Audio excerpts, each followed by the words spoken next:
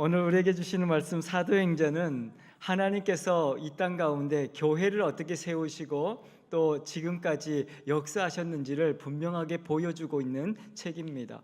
그래서 오늘 또 사실은 우리 교회가 예배하고 우리 교회 가운데 역사하셨던 하나님께서는 우리 후대에 이 사도행전처럼 우리의 교회 역사를 또 보게 하실 것이고 우리 교회와 우리 삶을 통해서 역사하셨던 그 하나님을 만나게 하실 것입니다.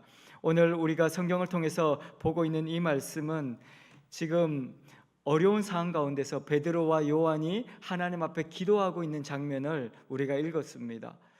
이 베드로와 요한은 첫 번째 예루살렘 교회의 지도자로서 하나님의 말씀을 전하는데, 말씀을 들으려고 하는 사람들보다는 그 말씀을 전하는 자들을 핍박하고 괴롭히는 사람들이 너무 많았어요. 그리고 정부 자체가 그것을 거부했기 때문에 이 군인들마저도 이것을 할 수 없도록 늘 방해를 하고 있었던 거죠.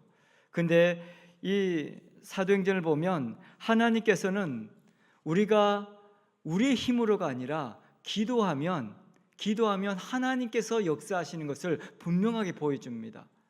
사도행전을 우리가 다른 말로 하면 기도의 역사라고 할 수 있습니다. 우리 교회도 마찬가지인 것 같습니다.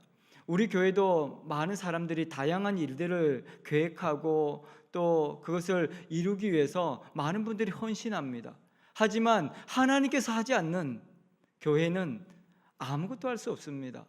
아무리 큰 성을 짓는 것처럼 보이고 아무리 대단한 일을 하는 것처럼 보일지라도 하나님이 계시지 않는 곳은 교회로서의 역할을 할 수 없는 것입니다. 결국은 그 모임 자체가 사람들을 죽이는 모임이 되는 것이고 세상적인 모든 것들이 다 마찬가지입니다. 그래서 하나님이 없는 거짓된 것들이 크게 아주 위대한 것처럼 대단한 것처럼 만들어지지만 결국 어떻습니까? 역사를 통해서 우리에게 보여주고 있는 것이 바벨탑도 그랬었고 이단과 사이비 종교들이 막 대단한 것처럼 일어나지만 결국은 그 모임을 통해서 결국 사람들이 고통을 당하고 아파하는 것을 우리가 역사를 통해서 보고 있지 않습니까? 그래서 오늘 이 베드로와 요한이 하나님 앞에서 이 사람들이 좋아하지 않고 사람들이 불평하고 원망하고 그렇게 하는 가운데 하나님의 말씀을 전하고 기도하는 것은 하나님께서 이 땅 가운데 역사를 주관하신다는 신앙의 고백이기도 합니다. 오늘 또 저와 여러분들 가운데 여러 가지 일들이 많이 있을 것입니다. 그때 우리의 힘으로 하려고 하지 마시고 먼저 하나님 앞에 무릎 꿇고 엎드리는 저와 여러분들이 되기를 소망합니다. 그래서 사도행전을 시작하면서 그것을 보여주죠. 예수님께서 하늘로 올라가시면서 너희들에게 성령을 보내줄 텐데 너희들은 모여서 기도하라, 그렇게 시작합니다. 사도행전의 역사는 하나님께서 우리 가운데 기도를 통해서 일하신다는 것을 분명하게 보여주고 있는 것이죠. 그래서 사도행전 2장에 우리가 모여서 기도할 때 어떤 일이 일어났습니까? 하늘에서 불이 내려오고 각 사람 가운데 불꽃이 임하면서 성령으로 충만케 되어지고 각 나라의 말을 그들이 하게 되면서 모여있던 모든 사람들이 깜짝 놀라게 되죠. 어찌 저들이 우리의 말로, 아프리카에 그 당시에 흩어져 있던 많은 사람들이 그 소리를 듣고 어떻게 우리나라 말로 이렇게 복음이 들려질 수가 있는가, 어떻게 우리나라 말로 하나님의 음성이 들려질 수 있는가 하고 사람들이 깜짝 놀라지 않습니까? 그들이 언어를 공부했습니까? 그렇지 않습니다. 그들이 그 사람들에게 뭔가 해보려고 노력을 했습니까? 그렇지 않습니다. 하나님께서는 그들이 모여서 기도할 때 그들의 입을 열어서 각 나라의 방언으로 말하게 하시고 하나님의 생명의 말씀을 증거하게 하셨던 것입니다. 오늘 또 우리 일본에 우리 고요한 목사님하고 정경미 사모님 오셨지만 사실 선교사로 나가면서 대부분의 사람들은 언어를 배우려고 합니다. 근데 언어보다 더 중요한 것은 하나님 앞에 기도하는 것입니다. 기도를 하면 언어가 열려지는 것입니다.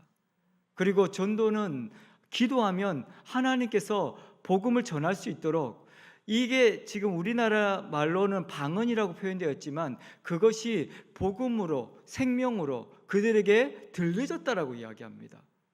그러니까 사람들이 이 제자들이 기도할 때 제자들의 말이 변했다라고 우리는 그냥 일반적으로 생각하기 쉽습니다. 그런데 또 반면으로는 그들의 귀를 열어서 이 음성을 듣게 했다라는 표현이기도 합니다. 그러니까 우리 가운데서도 말하지만 서로의 소통이 안 되는 사람들이 있지 않습니까? 내가 이렇게 열심히 설명을 하고 있는데 무슨 말이야 도대체, 그렇게 이야기하는 사람들이 있거든요. 근데 은혜가 되면 내가 아라고 말하는데 저 사람은 어라고 듣습니다. 내가 잘못된 것을 이야기하더라도 하나님께서는 그들의 귀를 열어주시고 그들의 마음을 열어주셔서 하나님의 음성을 듣게 하신다는 것입니다. 그래서 우리는 기도하는 사람들입니다. 교회는 기도하는 사람들의 역사가 일어나는 곳이 바로 교회입니다. 오늘 그래서 사도행전에서는 이 성령 강림 사건을 통해서 하나님의 역사가 기도를 통해서 시작되어지고 교회는 기도하는 곳이다라는 것을 분명하게 보여주고 기도할 때 하나님의 영광이 드러난다라고 말씀하고 있습니다. 기도를 우리가 늘 말하지 않습니까? 기도는 뭐라고 배웠습니까? 대화하는 것이라고 배웠죠. 대화. 하나님과 대화하는 것. 근데 우리는 대화를 거부합니다. 내 말만 하려고 하죠. 내 말만. 요즘 사람들이 사람들하고 대화 싫어하는 이유가 뭔지 압니까? 그렇습니다. 바로 그겁니다.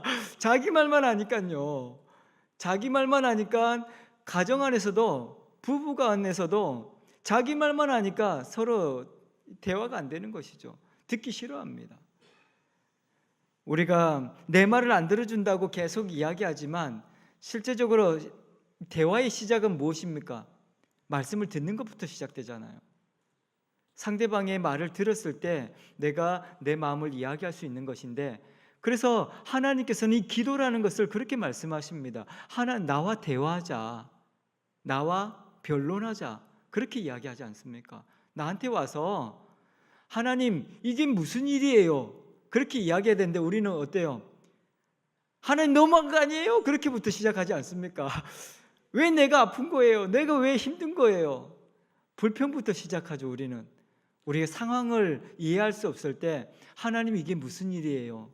라고 하나님한테 물어야죠. 우리가 이해할 수 없는 일이 생겼을 때. 근데 우리는 불평하고 원망하고, 그래서 어떤 분들은 교회 와서 막 울기만 하시는 분도 있어요. 하나님 마음을 아시겠지만 운다고 해결될 게 아니잖아요. 하나님과 대화를 해야 돼요.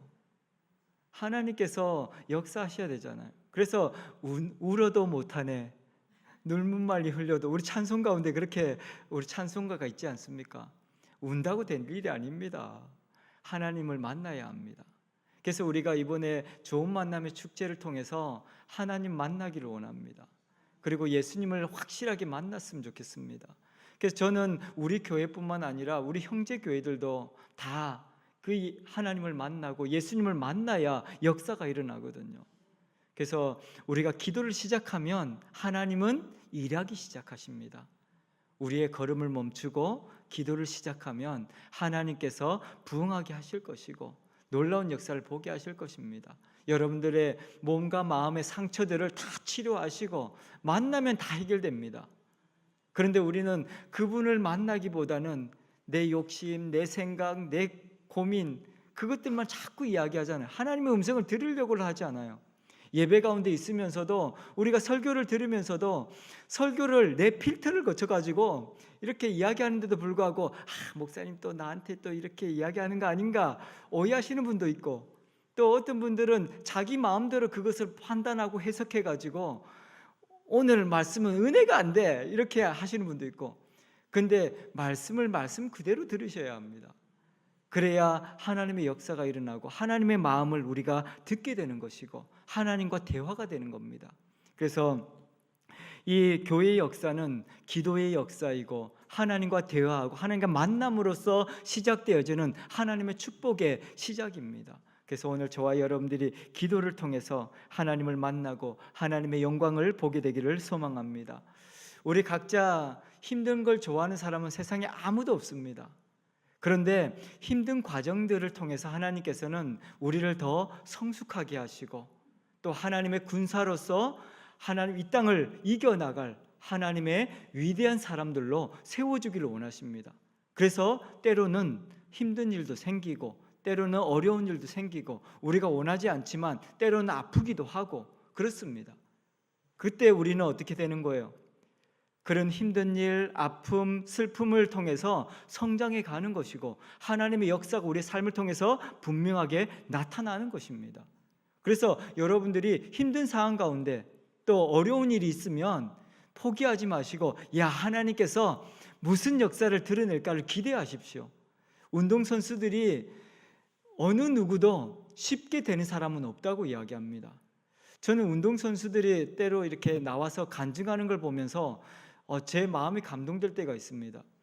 그들의 유명한 그 축구 선수나 농구 선수나 그런 스포츠 선수들을 보면요, 발이 정상인의 발이 아닙니다.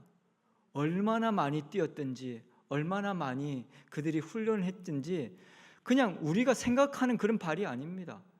정말 굳은 살로 이렇게 그들이 평소에는 아파서 이렇게 걷지도 못하는 그런 발과 몸을 가지고 있다고 합니다. 근데 왜 그렇게 고통스럽게 하는 거예요? 그것을 통해서 성장하거든요.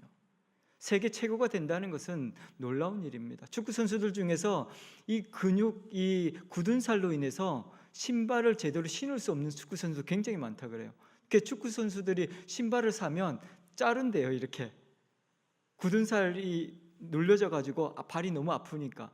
그래서 뒤꿈치를 이렇게 잘라갖고 축구화를 신는 선수들도 많이 있고 그만큼 그렇게 노력을 하는 것이죠. 왜요? 잘하기 위해서요.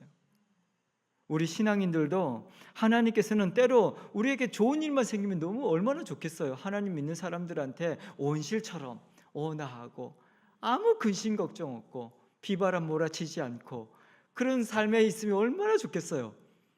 근데 하나님께서는 우리 가운데도 때로는 폭풍우가 몰아치고 때로는 폭설이 내리고 아주 이길 수 없는, 넘어갈 수 없는 그런 고통을 당할 때가 있잖아요.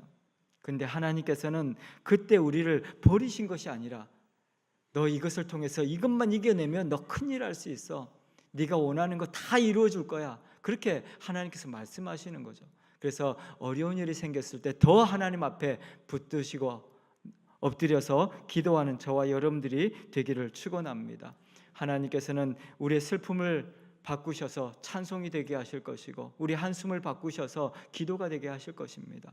그래서 어떤 일을 당할지라도 어떤 슬픔과 어떤 위기를 만났을지라도 하나님 앞에 엎드리는 하나님의 역사를 경험하는 저와 여러분들이 되기를 소망합니다. 그래서 우리는 하나님 앞에 기도하는 것입니다. 오늘 또 성경 말씀 보면 24절부터 이렇게 기도가 시작되어지고 있는 장면을 보는데 우리 기도는 누구를 향해서 하는 것입니까? 하나님을 향해서 하는 것이죠. 창조의 하나님, 능력의 하나님. 우리가 기도하는 그 하나님은 어떤 하나님인지 분명히 해야 합니다. 그런데 어떤 사람들은 하나님에 대해서 잘 모르고 그냥 아이고 살려주세요, 아이고 살려주세요 그렇게 하시는 분도 있습니다.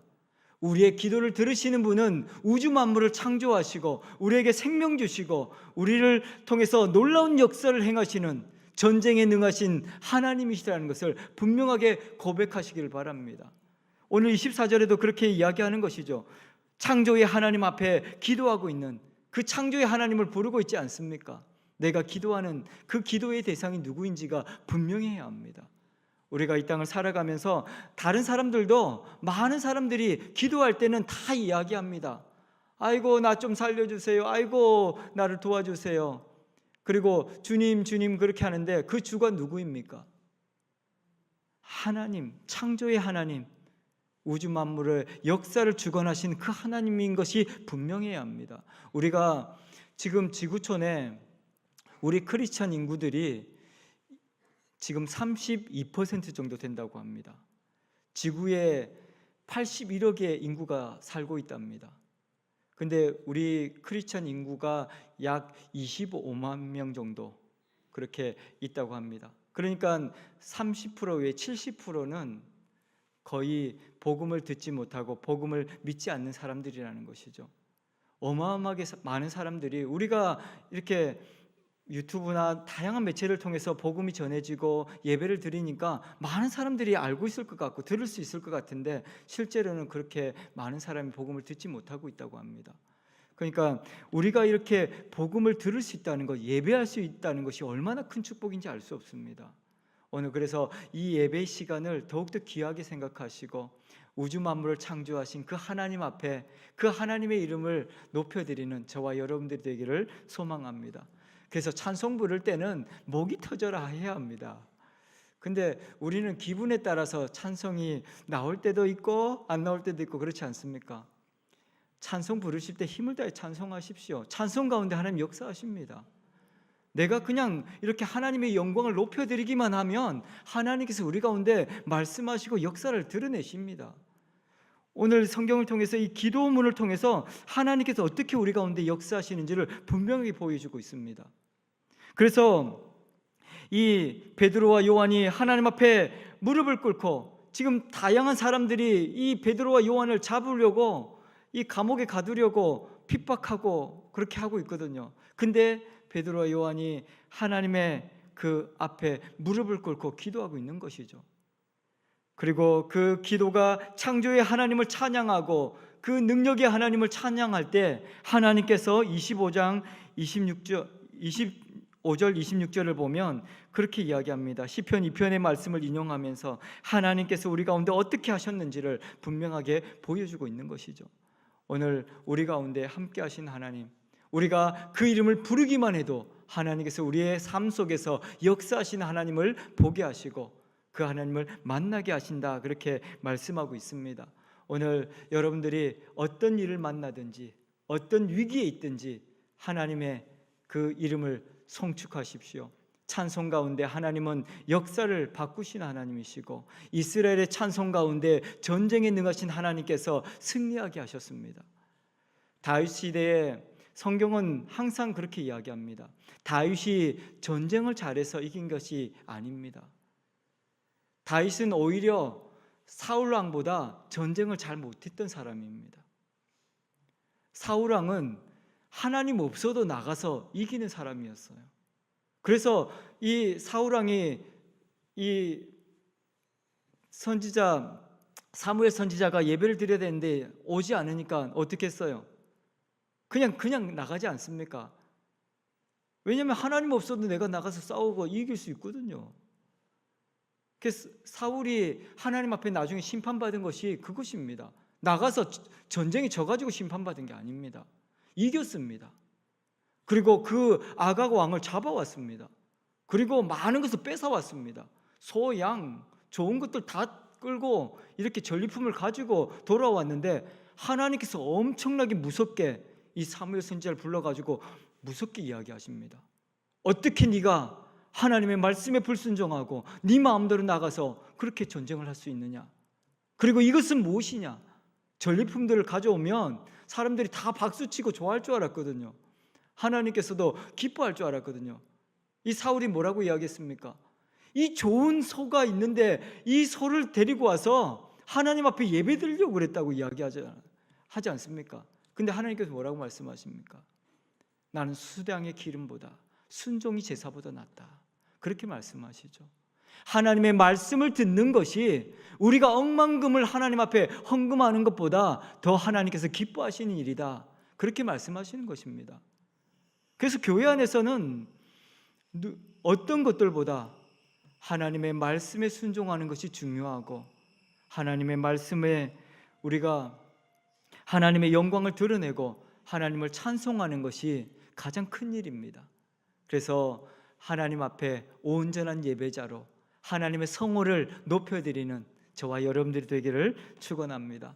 그래서 하나님께서는 찬송하는 사람들을 기뻐하시는 것입니다.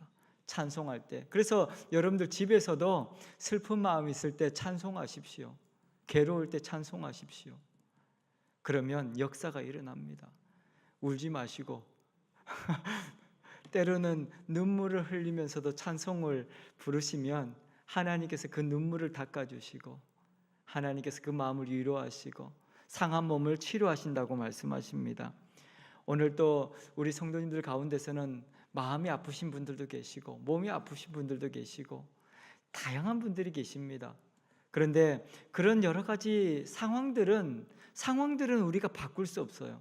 그런데 우리는 그 상황 가운데서 찬송하면 하나님께서 환경을 바꾸시고 우리의 삶을 바꾸시는 분이십니다. 그래서 아플 때 고쳐주세요, 고쳐주세요 그렇게 하기보다 하나님의 그 성호를 찬송하십시오. 찬송 가운데 병이 낫고, 찬송 가운데 슬픔이 사라지고, 찬송 가운데 하나님의 역사가 드러납니다. 그래서 여러분들이 울면서 어려운 일 생겼을 때 사람 붙들고 이렇게 아파하지 마시고 괴로워하지 마시고 찬송하시면 기적이 일어납니다. 그래서 저도 어릴 때 그런 복음송을 많이 불렀던 것 같아요. 찬송을 부르세요. 여러분들 찬송을 부르세요 곡 아십니까? 찬송을 부르세요, 찬송을 부르세요, 놀라운 일이 생깁니다. 찬송 부르세요. 찬송하면 기적이 일어납니다. 그래서 이 성경을 통해서 우리에게 보여주시는 것이 바로 그것이죠. 찬송하면 역사가 일어난다. 이 베드로와 요한이 이 자신의 목숨을 취하려고 하는 그 군인들 앞에서, 그 폭도들 앞에서 사실 얼마나 두렵겠습니까? 근데 이 베드로와 요한이 내 목숨 살려주세요 그렇게 하지 않는 거거든요. 왜냐하면 하나님께서 살아계시고 하나님께서 역사하시는데 뭐가 걱정입니까? 그래서 여러분들 아프다고 해서 의사가 내일 당장 죽습니다 그래도 슬퍼하지 마세요. 생명을 주관하시는 분이 의사가 아니잖아요. 생명을 누가 주관하세요? 우리 하나님 주관하시는데 뭐 걱정이에요? 의사는 우리 죽는다고 말했어도 하나님을 믿고 하나님 앞에서 찬송을 부르십시오. 기적이 일어납니다. 그래서 우리가 기도하면 하나님의 역사가 일어나고 그 기도는 하나님의 그 영광을 드러내는 것이다. 그러면 하나님께서 우리의 삶을 통해서 말씀하시고 어떠한 어려움 속에서도 우리의 삶을 통해서 역사하시는 그 하나님을 보게 하시고 만나게 하신다라는 것을 이야기하고 있는 것입니다. 그래서 예수님께서 왜 그렇게 슬픔을 당했는지, 왜 아픔을 당했는지 27절부터 28절 그렇게 설명을 하고 있죠. 그 당시의 상황이 어땠습니까? 과연 헤롯과 본디오 빌라도 이방인과 이스라엘 백성과 합지하여 하나님께서 기름 부으신 거룩한 종 예수를 거스려서 십자가에 못 박았습니다. 그런데 하나님께서 그들이 힘이 있어서 그렇게 했습니까? 본디오 빌라도가 예수님보다 위대하기 때문에 그 예수님을 죽였겠습니까? 그렇지 않다고 이야기합니다. 우리가 세상에 일어난 일들을 보면서 야, 지금 정치 권력이 누구가 뭐 이렇게 권력을 잡으니까 아주 뭐 사람들 다 죽이는 것 같고 그렇게 하지만 그 권력을 주시는 분이 누구입니까? 하나님이십니다. 때로는 권력자를 통해서도 역사하시는 분이 하나님이시고 그를 통해서 말씀하시는 분 하나님이십니다. 그래서 우리는 권력자들이 악한 행동을 한다고 해서 그 권력자를 미워할 필요 없습니다. 이 헤롯과 빌라도 사람들은 예수님을 그렇게 붙잡아가고 예수님을 십자가에 못 박으라고 정죄하는 이 빌라도를 미워했습니다. 그런데 그것 또한 누가 허용하신 것입니까? 하나님께서 하셨다는 거예요. 그래서 지금 이 베드로와 요한이 기도할 때 그렇게 이야기하는 거죠. 이 모든 권력을 주시고 이 모든 일을 행하신 분이 바로 하나님이시라는 것을 이야기하고 있는 것입니다. 우리 가운데 때로는 정말 믿지 않는 자들이 우리를 괴롭히고 우리를 사망의 수렁에 빠뜨릴 때가 있습니다. 그럼에도 여러분들 걱정하지 마십시오. 어떤 상황 가운데 있을지라도 하나님께서 우리와 함께 하십니다. 결코 하나님께서 어려운 일이 생겼다고 해서 오늘 있다가 내일 없어지고 그런 분이 아니라고 이야기하십니다. 우리는 근데 어떻습니까? 우리의 감정에 따라서 오늘 하나님 있어서 너무 감사해요 하고 박수 치다가 내일 또 슬픈 일 있으면 하나님 어디 계십니까? 하고 우리는 그렇게 살지 않습니까? 하나님은 슬픔 가운데서 함께 계시고 질병 가운데서도 함께 계시고 고난 가운데서도 함께 계시고 세상이 무너져도 하나님은 우리와 함께 하십니다. 그것을 믿으시고 어떤 상황 가운데서도 포기하지 마시고 절망하지 마시고 하나님 앞에 기쁨으로 찬송하는 저와 여러분들 되기를 축원합니다. 그래서 하나님께서는 이 찬송을 통해서 하나님의 절대 주권이 우리 가운데 드러나게 될 것이고, 모든 환난과 근심 가운데서 우리를 건져 주실 것이고, 하나님의 역사가 우리 삶을 통하여 드러나게 될 것이다, 그렇게 말씀하고 있는 것이죠. 그러면서 이 과거에 일어났던 예수님께서 그 십자가에 돌아가신 그 사건마저도 하나님께서 예수님을 통해서 역사하시는 증거라고 말씀하십니다. 그 십자가 사건이 하나님의 능력이 없어서, 하나님 힘이 없어서 그 십자가에 못 박혀 죽은 것이 아니라 우리를 죄와 사망에서 살리고자 하나님께서 계획하시고 역사하셨던 사건인 것을 우리에게 분명하게 보여주고 있는 것입니다. 그래서 우리가 때로는 정말 원치 않는 여러 가지 어려움과 고난을 겪고 슬픈 일을 당하지만, 그 일을 통해서 하나님은 분명하게 하나님의 뜻이 있고 계획이 있다는 것을 기억하시기 바랍니다. 때로는 내가 이해할 수 없고, 왜 나에게 이런 일이 생겼을까? 왜 나에게 이런 슬픔이 있을까? 이해할 수 없는 일이 생기지만, 그것을 통해서도 하나님은 이미 하나님께서 놀라운 일을 준비하고 계시고 계획하고 있다는 것을 기억하시고, 하나님의 놀라운 뜻을 이루어가는 저와 여러분들이 기적의 주인공들이 되기를 축원합니다. 그래서 이 베드로와 요한은 그렇게 이야기하죠. 이러한 어려운 상황 가운데 우리가 있을지라도 담대하게 하나님의 말씀을 붙들고 예배하고 복음을 증거하면 하나님께서 우리를 통해서 역사하실 것이다, 그렇게 이야기하고 있습니다. 하나님께서는 어떻게 우리 가운데 그 역사를 보여주십니까? 성령으로 충만케 하시겠다고 말씀하십니다. 오늘 저와 여러분들이 감당할 수 없는 그런 일을 만났을 때 하나님께서는 성령으로 우리를 강하게 하시고 모든 그 어려움을 이기게 하시는 분이시다, 그렇게 말씀하십니다. 우리는 힘으로, 우리의 능으로 할 수 없지만 하나님께서 성령을 통해서 일하신다, 그렇게 말씀하고 있습니다. 그래서 오늘 우리 권사님들이 혼자 계시는 분들이 요즘에 이제 꽤 많이 계시잖아요. 다들 말씀하시는 분들이 그렇게 이야기합니다. 너무 외로워요. 너무 힘들어요, 그렇게 말씀하시더라고요. 외로워하지 마십시오. 우리 하나님께서 함께 계십니다. 그래서 전에 제가 어릴 때 어떤 권사님이 그러시더라고.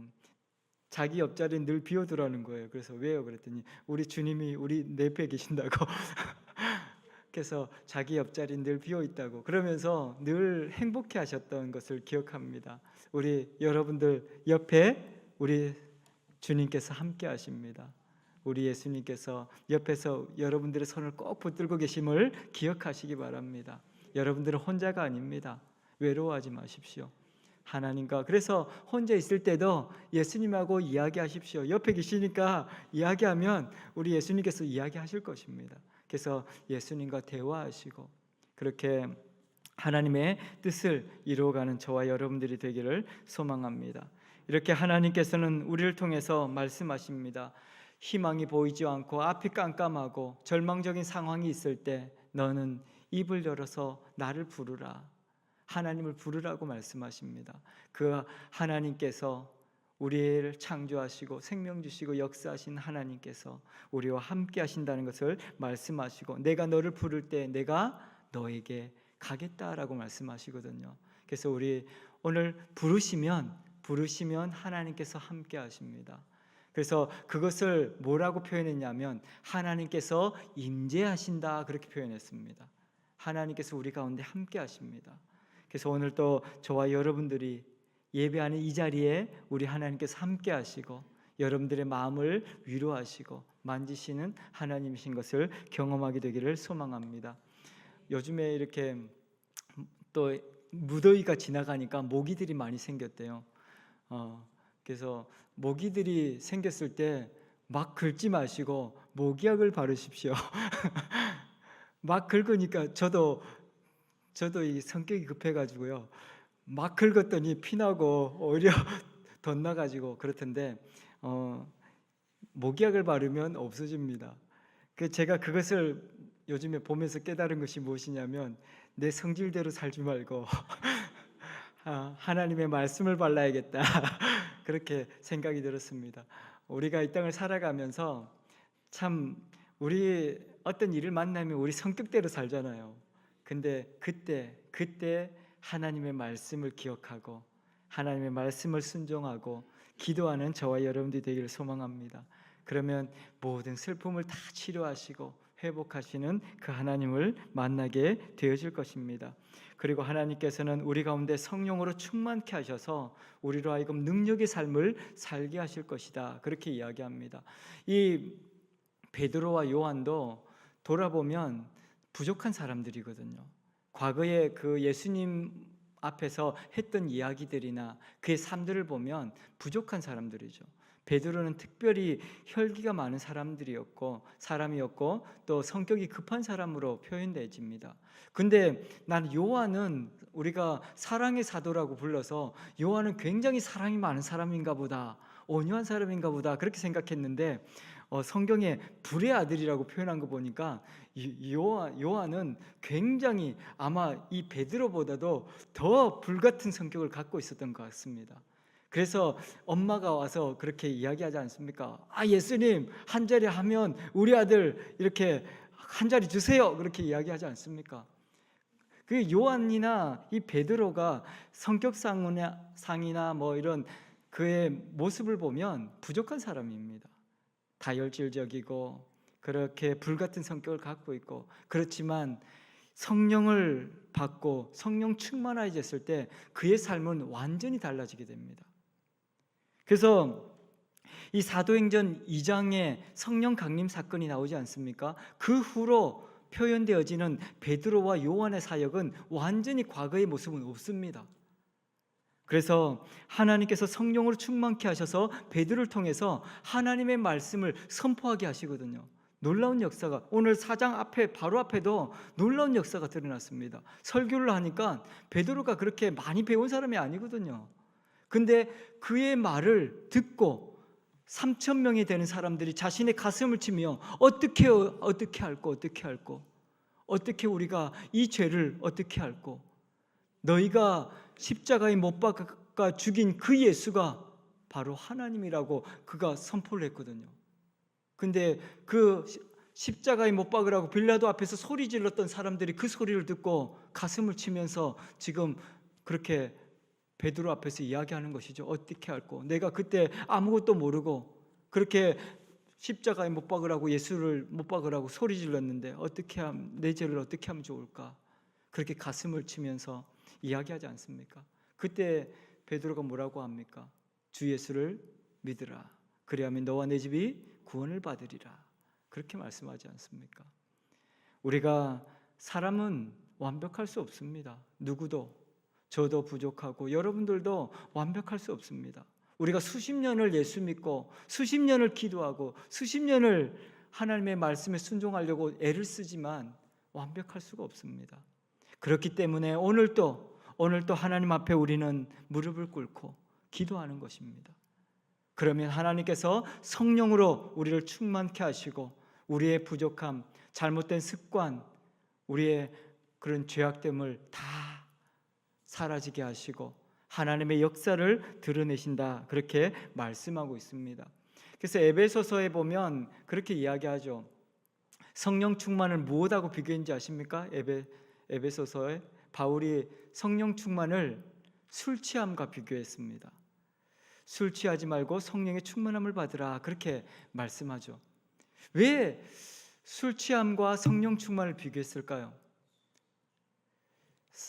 이 술을 이야기했지만 당시의 술이라는 것은 우리의 환각작용을 하거나 그래 용기가 없는 사람들이 용기를 얻으려고 그렇게 할 때 사용했던 약물로 이렇게 표현되어집니다. 그러니까 용기가 없는 사람이 가끔 어떻게 우리도 주변에서 볼 수 있잖아요.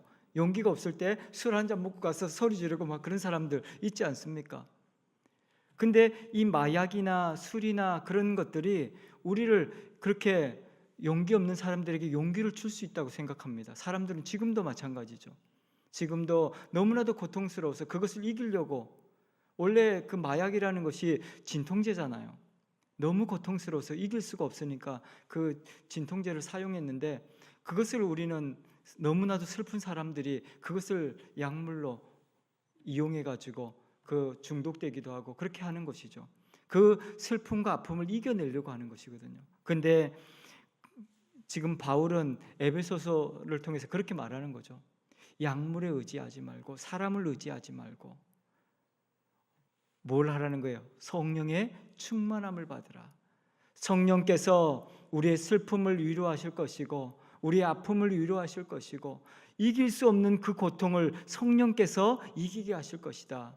그렇게 말씀하고 있는 것입니다. 그래서 뭐 어떤 분들은 그렇게 이야기하시더라고. 술 취하지 말고 성령의 충만함을 받으라 그렇게 이야기하니까 나는 원래 술 안 마시는데요. 그렇게 이야기합니다. 근데 이 술 취하지 말라는 말은 우리의 모습에 사실 우리의 안에도 하나님을 의지하기보다는 어때요? 어려운 일 만나면 사람들 찾아가잖아요. 하소연하잖아요.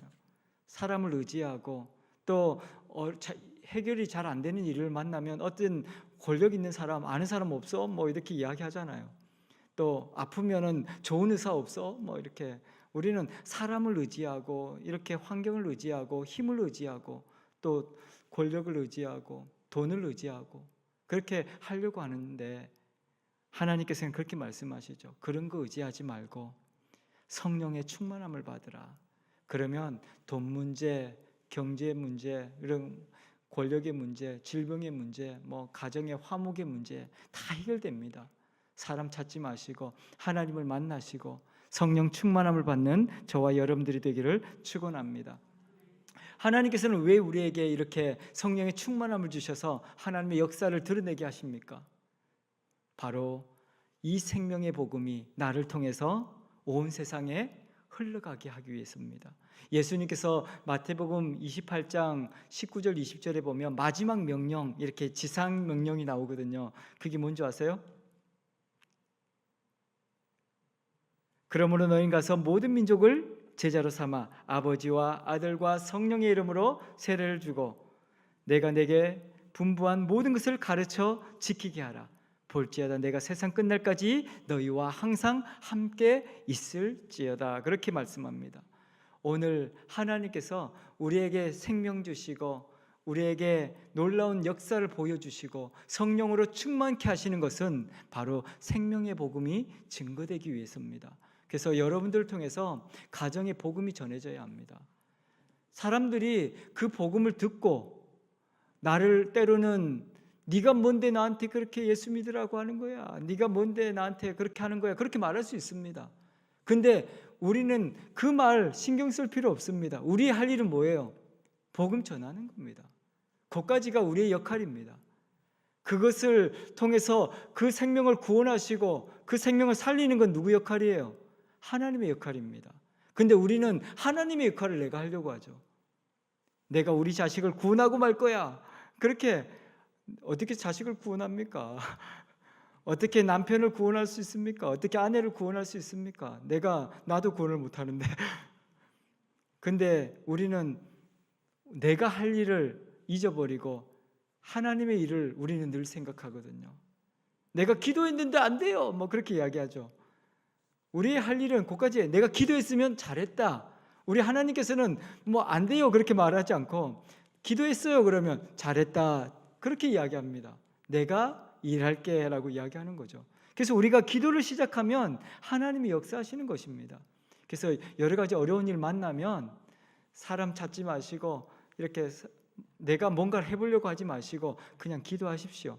그러면 성령께서 나를 충만하게 하시고 그 핍박을 이겨내게 하시고 하나님의 역사가 드러나게 하실 것입니다. 오늘 또 하나님께서는 오늘 가운데 말씀하십니다.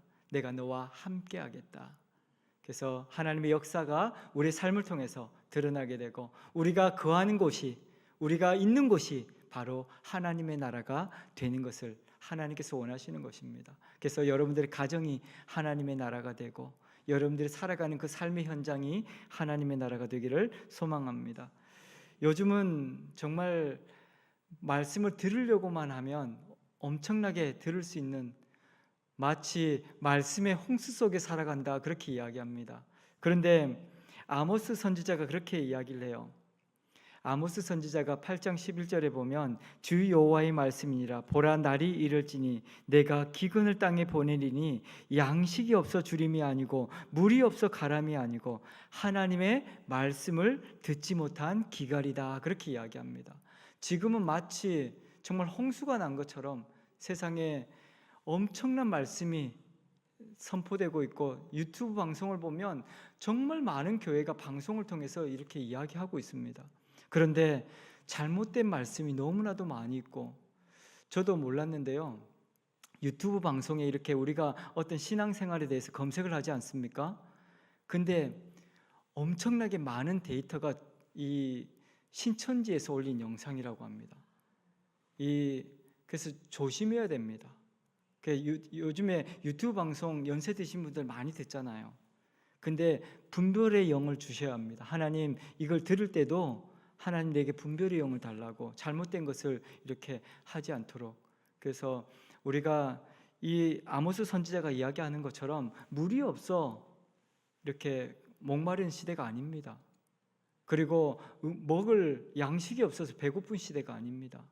하나님의 말씀이 없는 정말 그런 기갈의 시대입니다. 오늘 저와 여러분들이 분별력을 가지고 하나님의 말씀, 하나님의 음성을 들을 수 있는 축복을 누리게 되기를 소망합니다. 그래서 이 코로나 시대 때 우리가 복음을 이렇게 전도하지 못하고 그랬을 때 신천지에서 했던 일이 바로 그거라고 그러더라고요. 많은 영상을 제작해가지고 엄청난 양의 영상 데이터를 올려가지고 사람들이 검색하면 신천지가 바로 나온대요. 지금도 저도 검색해 보니까 신천지 영상들 굉장히 많이 나옵니다. 근데 그들이 신천지라고 이야기하지 않고 성경을 해석하는 것처럼 보입니다. 근데 잘못된 해석을 하고 잘못된 것을 이야기하는 것을 많이 보게 되거든요. 근데 우리가 그것을 어떻게 제재할 수가 없는 것이죠. 그래서 우리의 분별력을 가지고 하나님의 말씀을 들어야 하고 하나님의 말씀만이 오직 우리를 살리는 하나님의 역사라는 것을 기억하셔서 늘 하나님의 말씀에 순종하는 저와 여러분들 되기를 소망합니다. 그래서 사람들의 말을 의지하지 마십시오. 때로는 저도 실수할 수 있고 목사의 말이라고 해서 다 믿지 마시고 우리가 믿어야 할 말은 하나님 말씀, 성경밖에 없습니다. 그래서 어떤 목사가 뭐 훌륭한 사람이 나와서 이야기한다고 해서 그렇게 막 따라가고 그렇게 하면 안 됩니다. 얼마 전에도 이렇게 막 시위하는데 어떤 목사님이 나와서 막 이렇게 하면서 많은 성도들이 우리 목사님이 하니까 우리 가야지 막 그렇게 해갖고 가서 막 데모하고 그랬거든요. 근데 우리 분별력을 가져야 합니다. 목사의 말이 중요한 것이 아니라 하나님의 말씀이 중요합니다. 그래서 여러분들이 하나님의 말씀에 의지해서 그래서 분별력을 가지고 하나님의 말씀에 순종하는 저와 여러분들 되기를 소망합니다. 오늘 이 베드로와 요한의 기도를 통해서 우리는 우주 만물을 창조하시고 역사를 주관하시는 그 하나님을 만나게 되는 것을 보게 됩니다. 그분께서 우리가 찬송 가운데 우리의 기도 가운데 역사하실 것입니다. 그래서 슬픔 가운데 어려움 가운데 위기 가운데 있는 성도님들 울지 마시고 찬송을 부르십시오. 기도를 하시고 하나님의 역사를 드러내시고 그것을 통해서 생명의 복음이 증거되게 하시고 그것을 통해서 일하시는 하나님을 오늘 또 만나는 저와 여러분들 되기를 축원합니다. 기도하겠습니다.